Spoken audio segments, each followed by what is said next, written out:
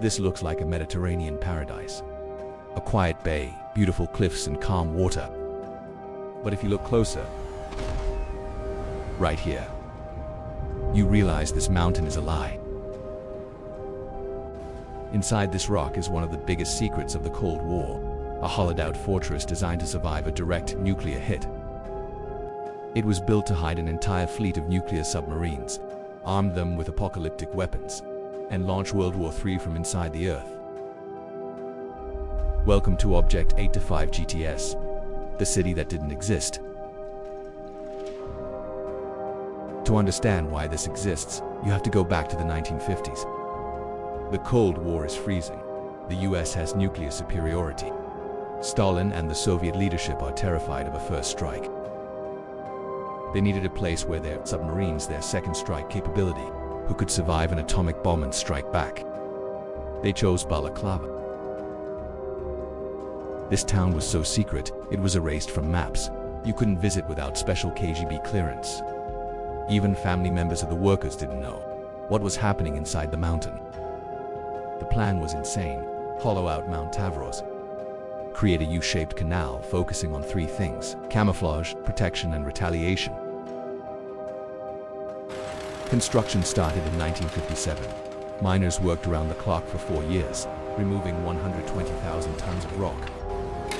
They built a concrete tube inside the mountain that rivals the complexity of any subway system. Let's go inside. As you walk in, the temperature drops. It stays at a constant 15 degrees Celsius year-round. But the first thing you notice is the doors. These are the caisson gates, massive steel and concrete plugs filled with cement. They weigh hundreds of tons. If a nuclear bomb hit the bay, these doors would seal the mountain, protecting everything inside from the shockwave. And this is the canal. It's 600 meters long, deep enough for the Soviet Project 613 and 633 submarines. Imagine the scene.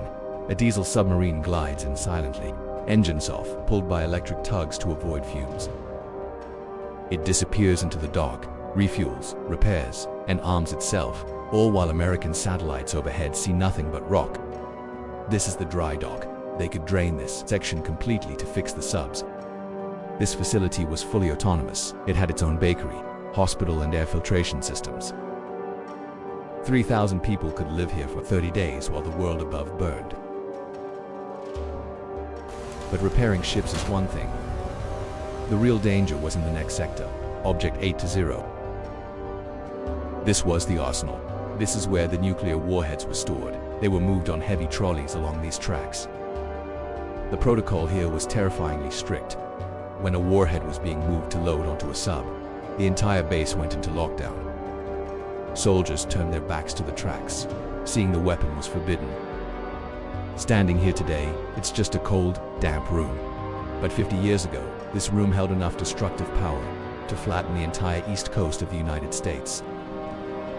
But the bomb never dropped. Instead, the country collapsed.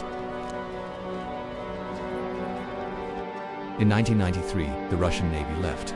The base was handed over to Ukraine, but there was no budget to keep it. For years it was unguarded.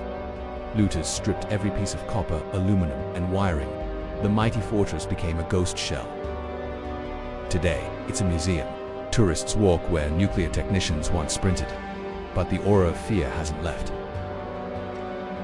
Object 8-5 GTS is a monument to a time when we were minutes away from extinction. It's an engineering marvel, yes, but it's also a tomb for a war that thankfully never happened. If you enjoyed exploring this underground giant, you need to see my video on the Soviet space shuttles, rotting in the desert right here.